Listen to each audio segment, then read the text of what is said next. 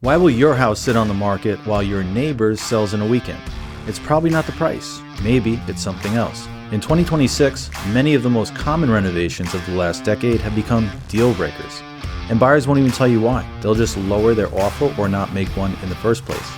Today I'm showing you the 5 features buyers are actively rejecting right now, including one mistake that's costing sellers up to 7% of their home's value.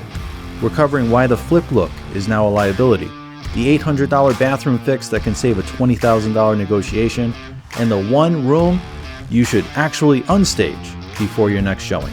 I'm Justin Braithwaite, a real estate broker with over a decade of experience. Let's start with the feature that makes buyers immediately suspicious. Chapter 1, all gray everything. The first deal breaker is the gray flip, and this is where buyers are now getting more and more suspicious. In 2026, cool gray is no longer a safe neutral. It's a red flag because this was the default color for low-budget cosmetic flips for a decade. Buyers now associate it with, wait for it, low-budget cosmetic flips. They're not seeing modern style, they're seeing lipstick on a pig.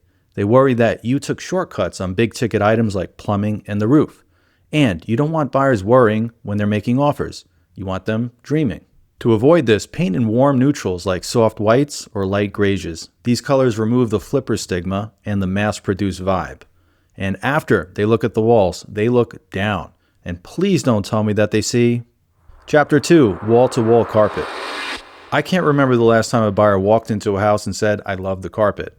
But I can remember the last time a buyer calculated what it cost to remove it. In 2026, buyers are broke. After stretching to afford a high-interest mortgage, they rarely have the savings left to replace flooring or even buy food for their families. So, your carpet becomes an expense they can't afford, and that kills the sale. And even if it doesn't kill the sale, they'll deduct twice the cost of removal and the installation of new flooring for the trouble. Before you list, check the corners of your closets. If you find hardwood underneath, refinishing it is one of the highest return projects you can do. These days more than ever, you want to hand buyers a finished product, not a renovation project. Now, a flooring fix is a straightforward, safe bet, but the kitchen is riddled with the graves of horrifying investments. That's next. Chapter 3, dark and heavy cabinetry. In 2026, a dated kitchen is a high-caliber negotiation weapon. I know you love your cherry stain and honey maple cabinets, but the buyers who are handing you money see a heavy room that feels smaller than it actually is. And small is not the look we're going for. You're unnecessarily giving leverage to buyers to demand a price reduction based on a gut renovation cost that's often double what the project actually requires. But don't overspend and gut the room. A full remodel won't return your investment. Instead, do exactly what I told you not to do in the first chapter, but do it in a different color. Painting the cabinets and swapping the hardware will return nearly twice your investment because it changes the perceived age instantly. Once you know what to do, it's an easy fix. But the next one is another area where sellers burn thousands trying to add value and risk losing a third of their investment. Chapter 4, the Whirlpool Tub. In 1995, it was the peak of luxury. In 2026, it's just wasted square footage that the buyer has to clean. But don't you dare replace it with a larger shower or double vanity. That will cost you money. A major bathroom renovation rarely returns more than 70% of its cost. If you spend $8,000, you're effectively losing thousands. Instead, neutralize the objection. Your goal is to remove the tub from an immediate project to a someday project. Deep clean, replace the caulk, swap the faucet for a modern fixture. You're removing the urgency a buyer feels to replace it. You're spending a few $100s to avoid a $5,000 hit on your price.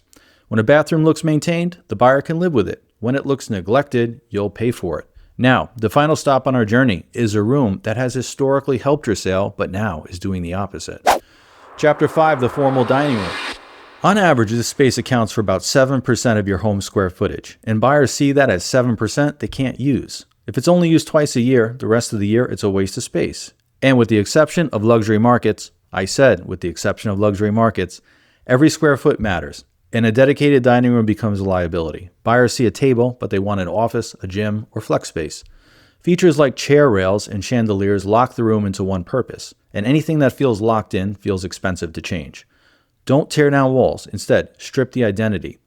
Remove the dining table, replace the chandelier, and stage it as a flexible space. You're not removing the dining room, you're adding flexibility. You want buyers to see usable square footage, not a museum display. In 2026, the homes that sell the fastest are the ones where buyers don't feel like they have to budget after closing. Every project you lead becomes a deduction, and every deduction comes with a penalty. Do you care? Do you think buyers these days are lazy and stupid? Tell me in the comments. I'm Justin Braithwaite. If you want to avoid leaving money on the table, subscribe for more real estate strategies. Thanks for watching.